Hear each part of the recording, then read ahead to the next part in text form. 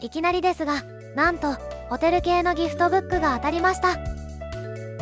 その中から選んだホテルに泊まりに行きます。嬉しい。ということで、伊丹空港から鹿児島空港へ向けて出発します。その前に昼食を。レストラン利用可能なプライオリティパスと当日搭乗のフライトの搭乗券の提示で利用可能。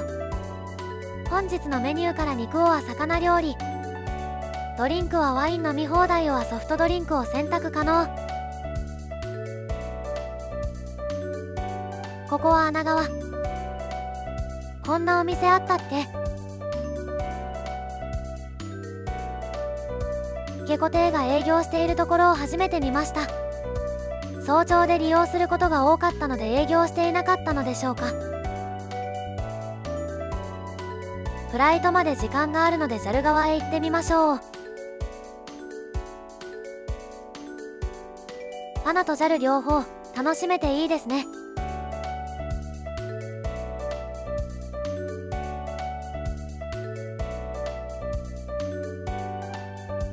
伊丹空港は通路も適度に広いし、利用しやすいお店が多くて好きなんですよね。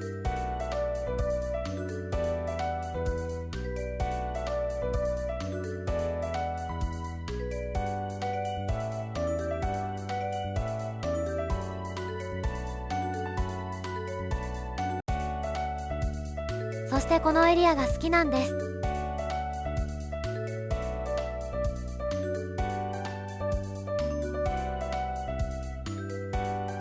ANA側とJAL側で入っているショップやレストランのマップです。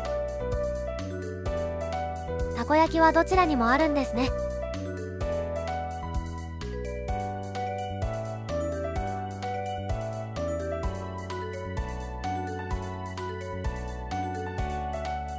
陸路あるのか。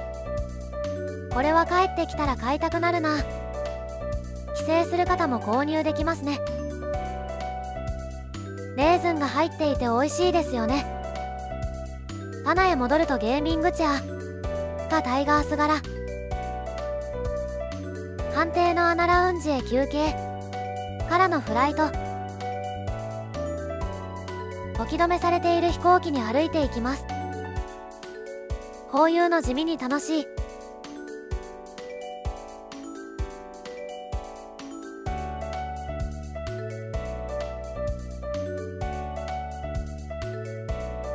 郵便マークがついていますね。郵便貨物を運ぶことを許可された飛行機です。私の好きな西郷どん。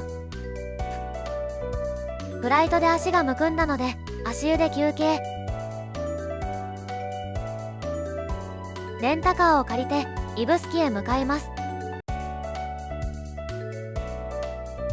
途中サービスエリアへ寄りつつご当地グルメをつまみ、余すことなく鹿児島を楽しむ。鹿児島空港が変なとこにあるから遠いですね。高速道路利用で1時間30分で到着。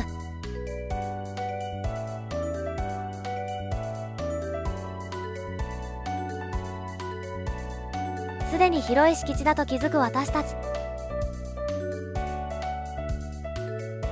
このホテルは歴史あるホテルで、指宿といえば絶対体験したい砂蒸し風呂を持っているんですよ。運転するのが難しい方は一度指宿駅までバスか電車で行けば、指宿駅から白水館まで無料送迎バスが出ています。ただし本数がめっちゃ少ない。サービスエリアや道の駅に寄ってたら夕方になっちゃいました。白水館は2016年から竜王戦の対局場となりました。棋士含めその関係者たちもお気に入りの白水館。広すぎて羽生さんが迷子になったとか。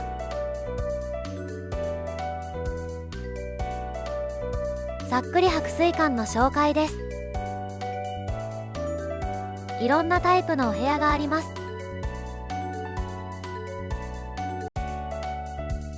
日本の昔ながらのホテルにこんな部屋があるのは珍しい。このホテルの大人気お風呂は元禄風呂です。橋がかかった大迫力の広いお風呂です。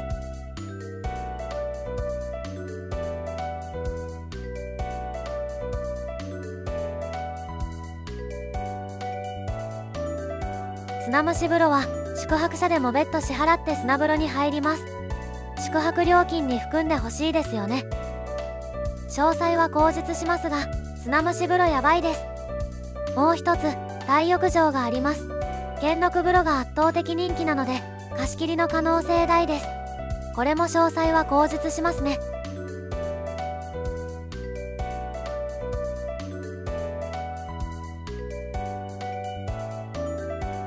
ロビーフロアはいい意味で昭和感が出ていますね。なんとなく死んだじいちゃんを思い出す私。一緒にここへ来たことないのに。一応ラウンジがあって到着後ゆっくりできます。なんとウェルカムドリンクに焼酎、もちろんお茶やジュースもあるのでご心配なく。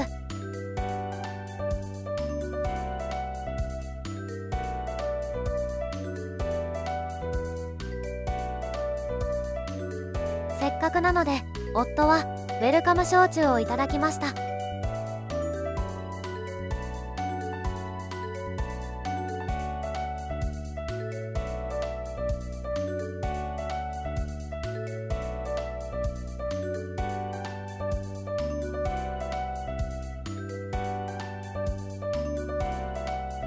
お部屋のすぐ近くにはオールデイダイニングが。1日目は薩摩客殿は洋室42平米、ギフトカタログのお部屋です。といきなりウェットエリアにはすごい光景が。めっちゃレトロ。これすごくないですか？このタイルと浴槽の色、私の中でかなりの衝撃でした。このレトロは残すのありだな。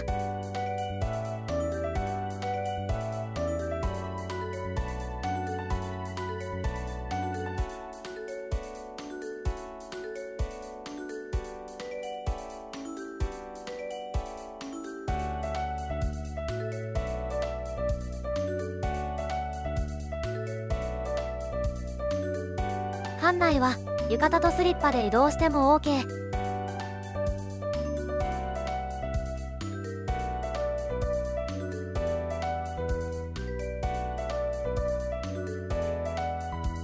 広いお部屋ですね。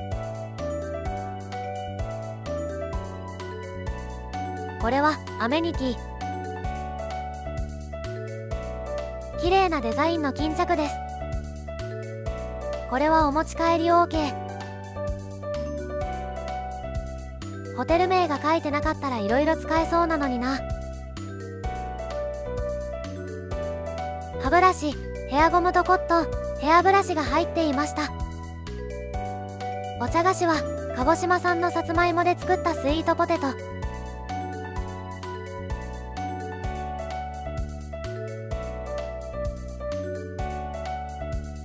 お茶はジラン茶。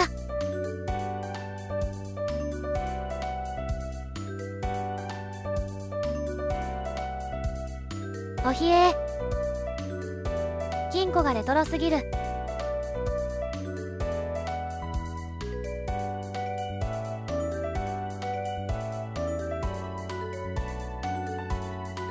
羽織と浴衣と靴下はここ。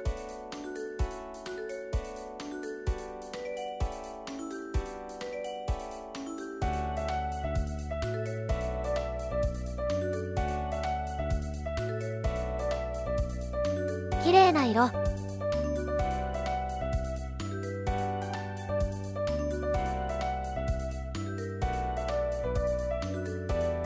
館内の紹介です。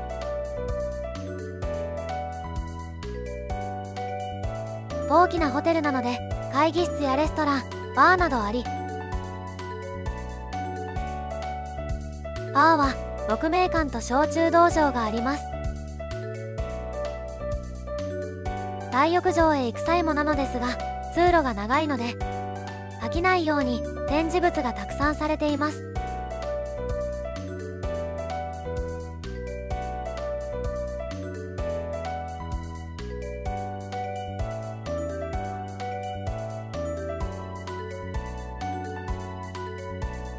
売店を見てみましょう。お土産がたくさんありますね。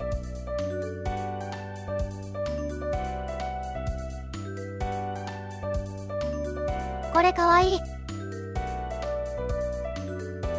百杉を使ったやつは少し高い。ダンナッチ買ってくれませんでした。西郷さんの焼酎もかわいい。私は将棋のことをよく知らない日本人。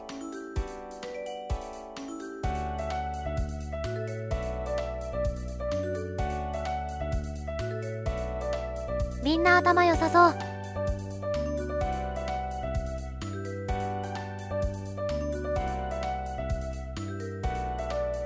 あ、羽生さんだ。こちらの男性は創業者である下竹原宏さん。白水館の由来は戦時中に台湾で何度も宿泊した宿が白水館だったかららしい。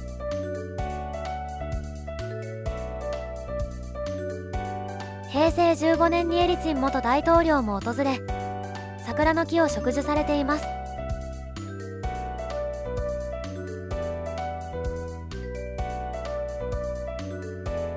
夏はプールも利用できます。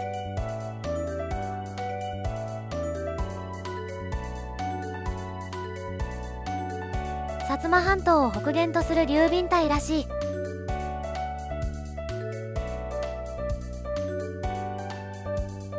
やってきました。温泉の紹介です。定蔵が昼間や夜が混じっていてすみません。1日目のお部屋から元禄風呂は一番遠いです。奥には焼酎道場があります。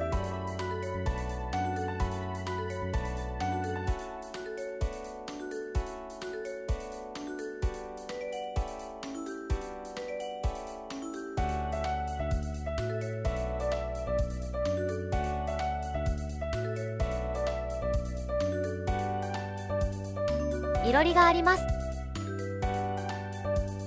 お風呂上がりに軽く一杯できますよ。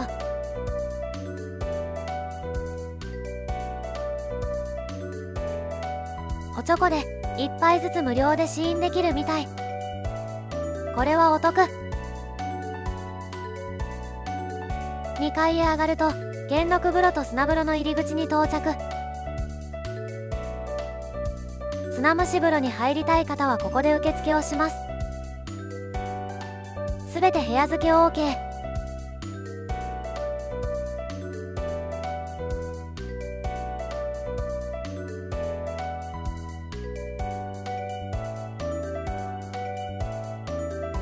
座っているだけで体に電気が走って血流が良くなる椅子らしい。この元禄風呂は広いですよ。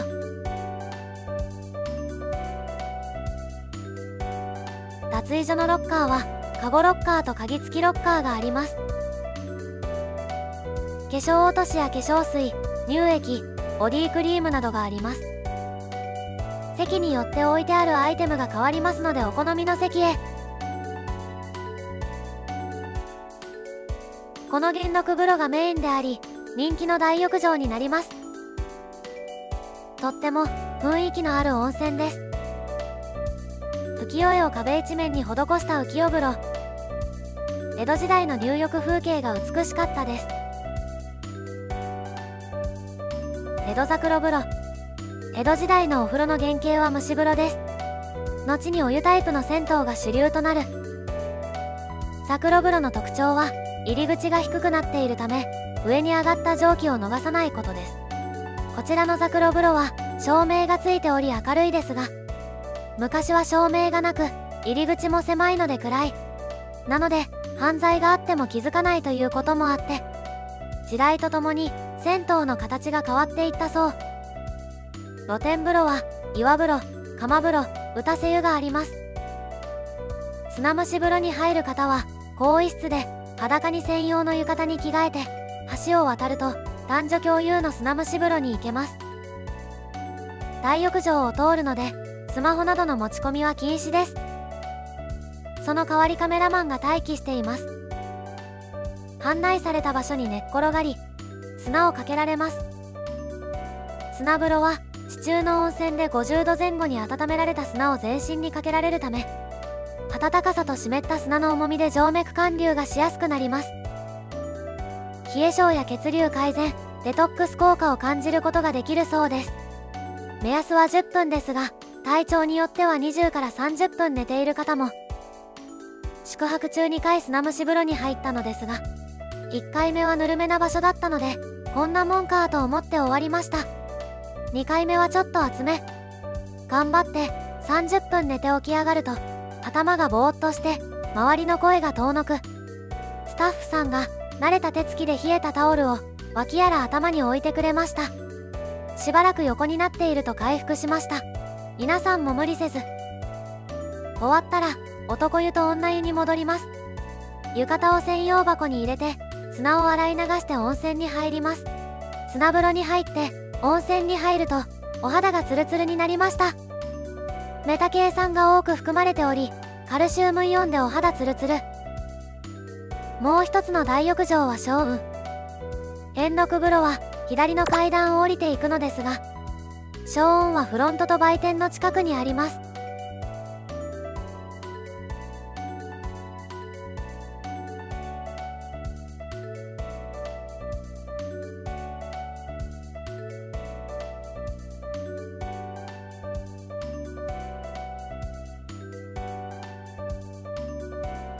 ロッカーは昔ながらのカゴなので、貴重品の管理には気をつけて。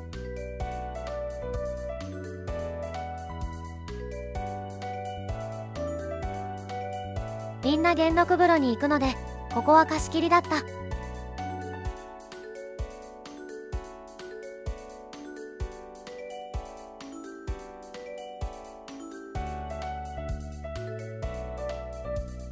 ブルブルマシーンに乗ってみた。お腹が空いたので夕食を食べに行きましょう。夕食会場を間違えました。ギフトブックでのプランは朝食と夕飯がつきます。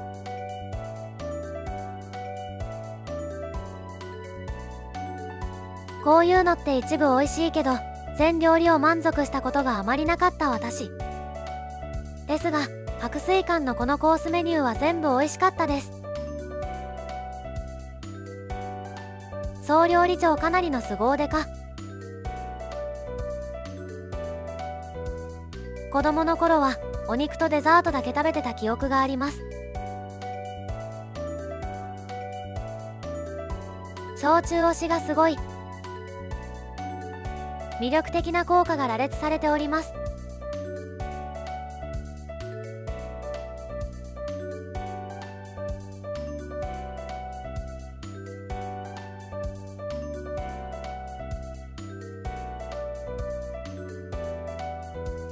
では、森伊蔵いただきます。すごくさっぱりしていて飲みやすい。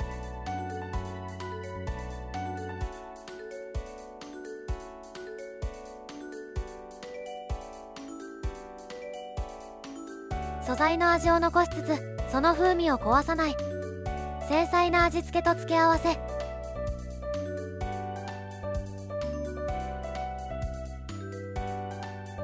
きたー黒豚しゃぶしゃぶ。柔らかくて美味しい。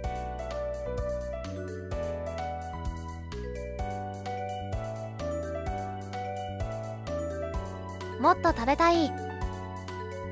お腹が満たないと思っていたら、出てきたご飯でちょうど満たしました。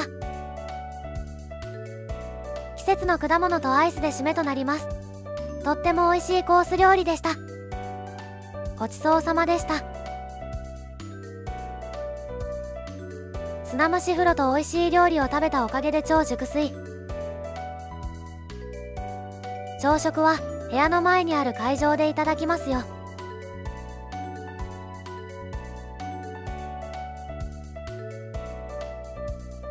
最終入場9時って早すぎる。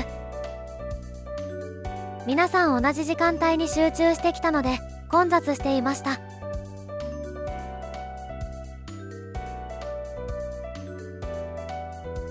シェフのスイートパンが気になる。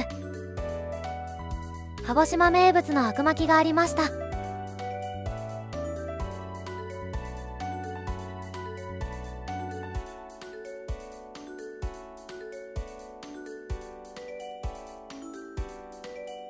夫が何を取るのか見てみよう。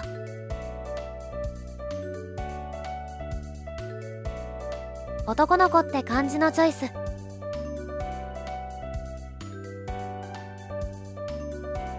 白巻きは主に南九州で作られる季節の和菓子。もち米を竹の皮で包んであくで煮た食べ物です。2種類のきな粉をまぶす。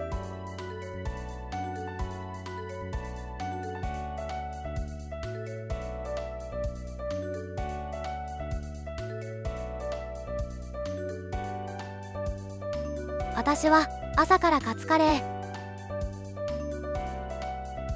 この日はホテルの敷地内にある薩摩伝承館と近場をサクッと観光します。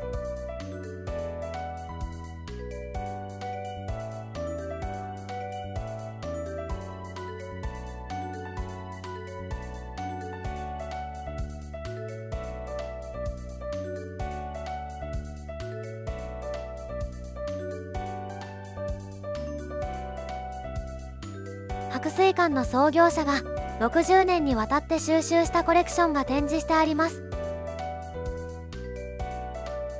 1階には日本語と英語で解説をしていただける方がいらっしゃいました。無料なので解説をお願いした。ありがたい。薩摩焼は朝鮮出兵がきっかけで島津義弘の一声で作られるようになりました。黒薩摩と白薩摩の2種類。京薩摩というのもあり、明治時代初めに京都で作られた薩摩焼です。豪華絢爛で色彩豊かだったため本家よりも人気になっちゃった。パリ万博で薩摩焼が出展されたことをきっかけに海外から注目を集めることになり、海外の方が喜びそうな色使いやデザインになった美術品が見れます。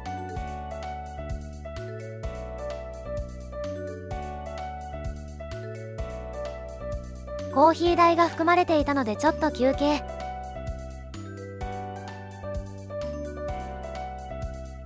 伝承館の後は指宿神社に行ってみました。泉くじ目当てで行ってみました。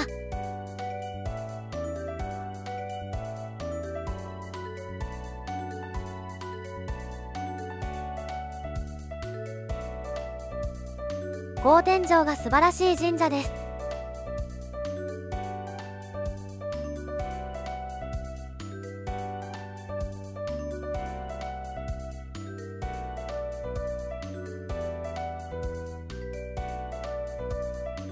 まずは手を清めてから。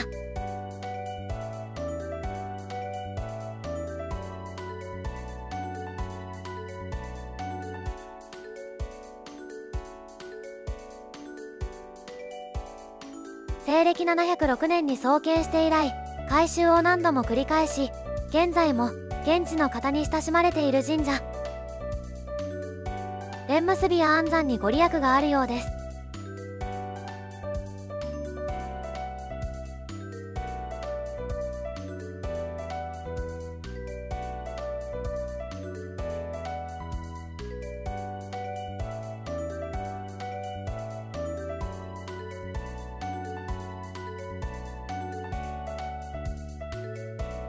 近いなあ。あまりいいことが書いてなかったので結んでいきます。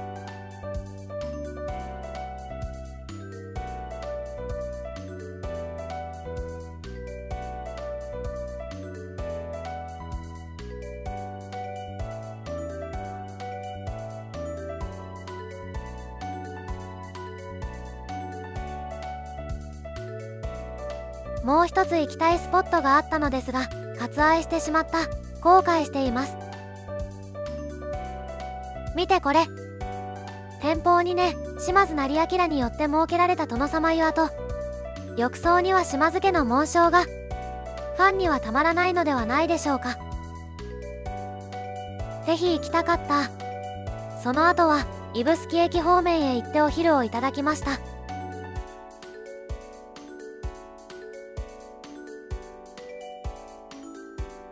せっかくなので黒豚とんかつ、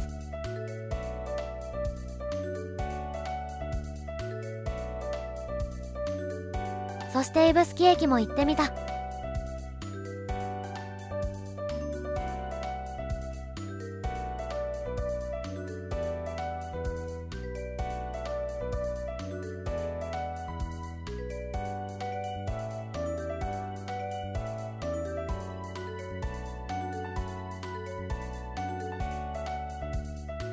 足湯があったので休憩。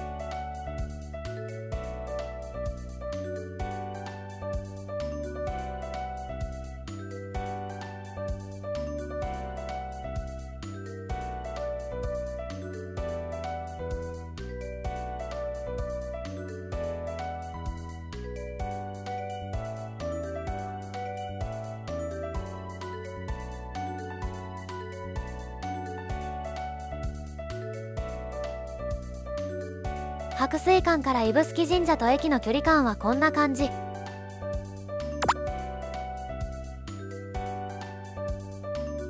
殿様湯はここ。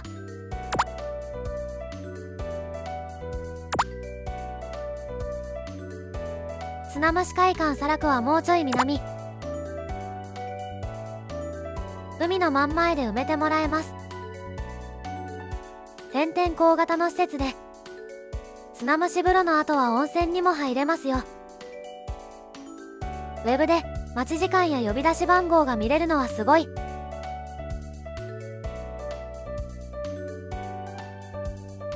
2泊目は通常予約をしたのでお部屋移動です。薩摩客殿から花の塔へ。豪華そうな右にある海側のお部屋でなくこちら。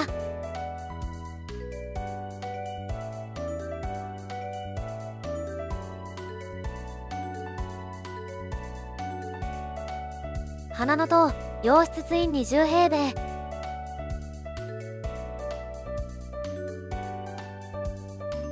ホテルで一番ボトムのお部屋なんじゃないでしょうか。だけどお高い。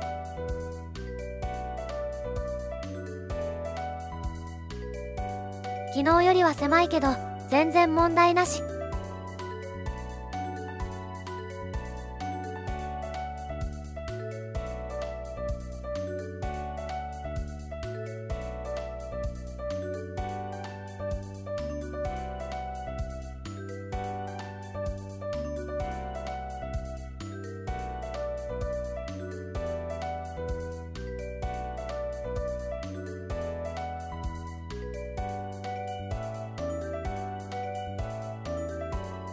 昨日と同じアメニティですね。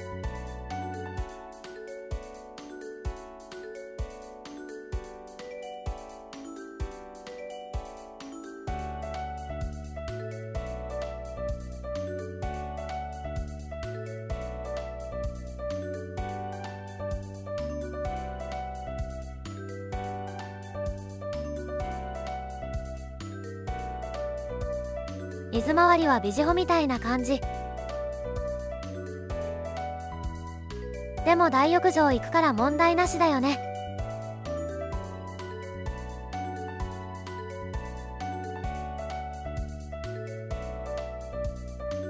2日目の夕飯はホテル内のラーメンを食べたいということで地下へ向かう。ホテル内のレストランはお値段が張るという方にはうってつけですね。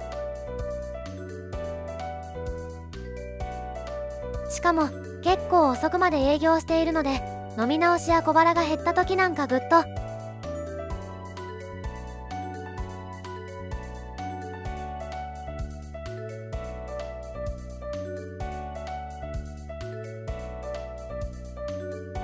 小上がりもある。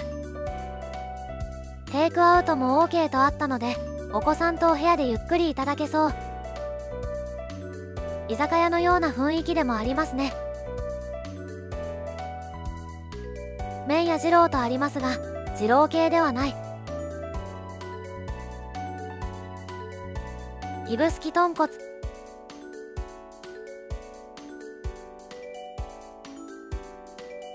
濃い豚骨でないので食べやすいかも。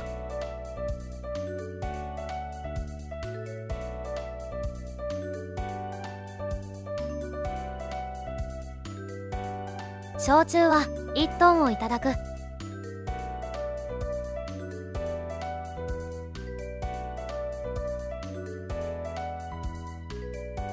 お次は人気ナンバーワンのイサミ。口の中に芋の甘い香りが残る汁なし指宿ラーメン。